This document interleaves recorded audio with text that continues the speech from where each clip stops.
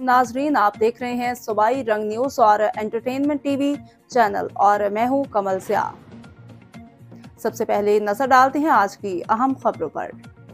खबर शामिल करते हैं सरगोदा से। असद एजाज मलिक की हदायत के मुताबिक बच्चों की गुमशुदगी की इत्तला पर फौरी सरगोदा पुलिस एक्शन लेते हुए अपनों को अपनों से मिलाने का सिलसिला जारी है।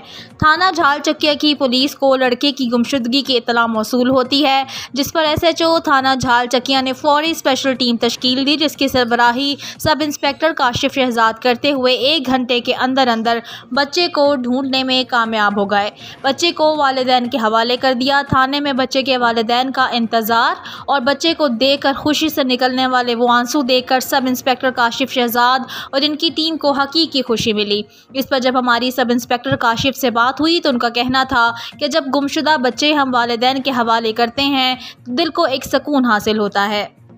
मज़ीद अपने ख्यालात का इजहार करते हुए बच्चों के वालिदैन के लिए खसूसी पैगाम दिया कि बच्चों का ख़ास ख्याल रखें, बच्चों को अपने घर का एड्रेस और फ़ोन नंबर लाजमी याद करवाएं, ताकि अगर कोई बच्चा गुमशुदा हो जाता है तो इसको अपने घर का एड्रेस और फ़ोन नंबर याद हो, ताकि किसी बड़ी परेशानी से वालिदैन बच सकें।